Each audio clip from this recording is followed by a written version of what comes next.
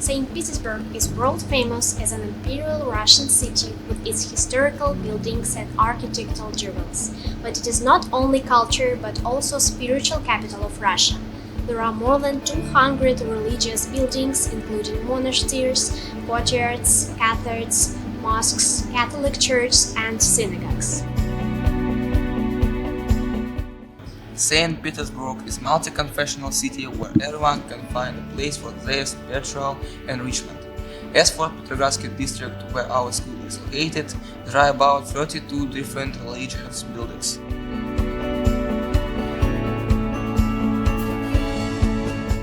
So let us guide you to some adorable shrines of Petrogradsky district. And we'd like to start our video tour with a small chapel on Trinity Square. Here we are, in the very heart of St. Petersburg, not far from the Peter and Paul Fortress on your left and House of Peter the Great on your right.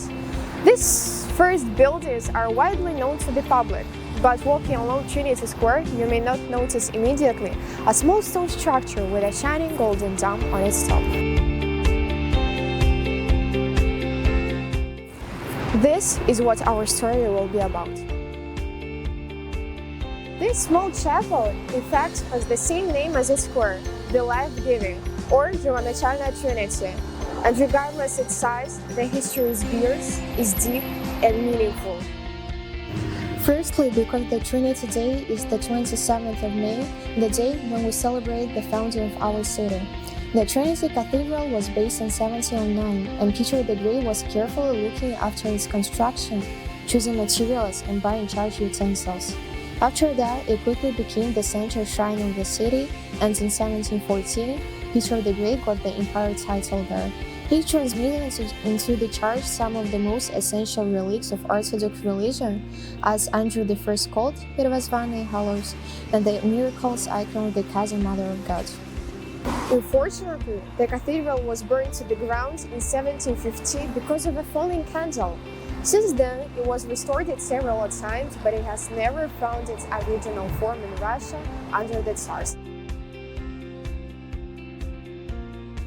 Surprisingly, it is only after Revolution in 1926 the building was renovated. In the end, this hidden heart of the Trinity Square cherishes religious, cultural, and political history not only of the city, but also of all our country. As we were saying previously, St. Petersburg is rich with its religious buildings, popular with tourists. However, there are also some little-known ones. They are hidden deep in the district behind squares and avenues. So follow us to the next shrine. Deep in the Petrogradsky district, on Lakhtinskaya Street, hidden with modern-style buildings, there is a peculiar church. It was constructed in the name of Ksenia Peterburgskaya. Ksenia was a noble woman who lived in St. Petersburg in the second part of 18th century. There isn't much information about her living dates, but her selfless deeds left a deep mark in the history of St. Petersburg. It all started when her husband, Andrei Fyodorovich, began a singing career at the court of Empress Elizabeth Petrovna, who encouraged the choir singing in Russia. They were leading a wealthy, noble life in the city center. They loved each other, but they didn't have children. Suddenly, Andrei Fyodorovich passed away, and his death turned her life upside down. She absolutely refused to get money from the government, and even if she was offered a donation, she never took more than one coin. She used to wear his clothes, to respond to his name, and constantly repeated that Ksenia was dead, but Andrei was still alive. After her husband's clothes had decayed, she put on a green sweater and the red skirt, the colors of his military uniform. At first, many people believed she had gone mad after his demise, but over time everything changed and she got respect from people. She carried bricks for the construction of Trinity Church on Vasilievsky Island and prayed in the field. Every sick child she nursed recovered. Every family which donated her a coin found their well-being. Ksenia had got a big heart. She could soothe the pain and react to any request of help. That's why citizens respected and pleased to meet her.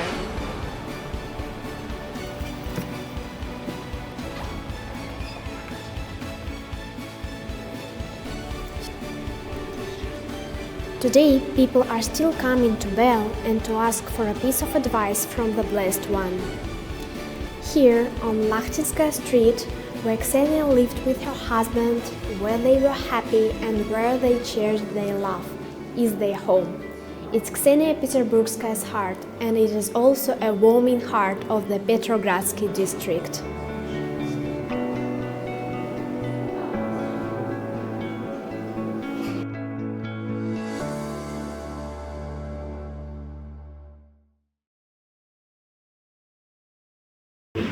Certainly, most of you have noticed this mosaic in Ksenia Peterburgskaya church, which depicts Ksenia herself.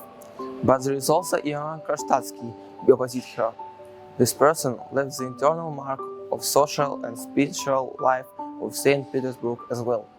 In 1990, the Russian Orthodox Church canonized Father Ivan. So our next location is Women Monastery, which was founded Ivan Krashtatsky.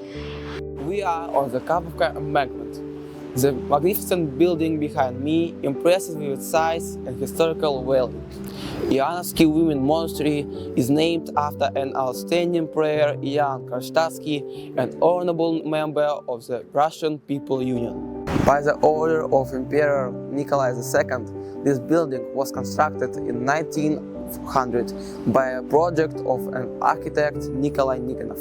At first, Father Ivan Ilyich Sergeyev wanted to make here a new courtyard of Sursky Ivansky Theological Women Monastery, but the monastery became more than just a courtyard. His blessings, care, and sacrificial labor brought peace and warmth to this place.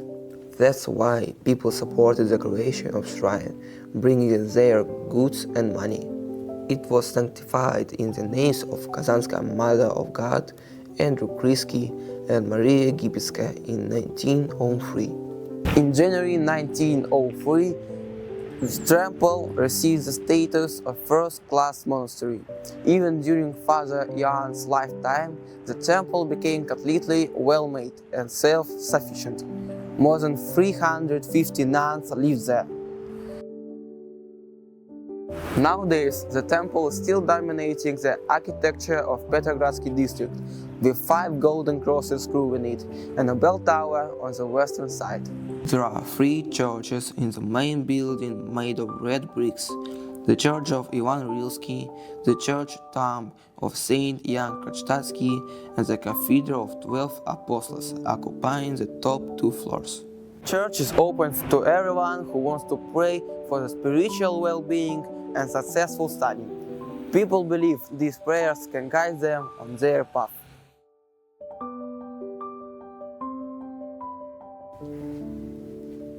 And students of our school especially believe in his protection and may come to bow to the icon of Ivan Krashtatsky in the red corner of teacher's room.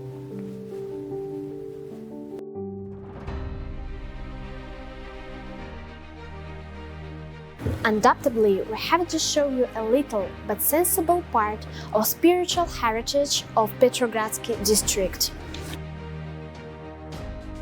And now we offer you to follow our steps, touch the history, and personally feel the heartbeat of St. Petersburg.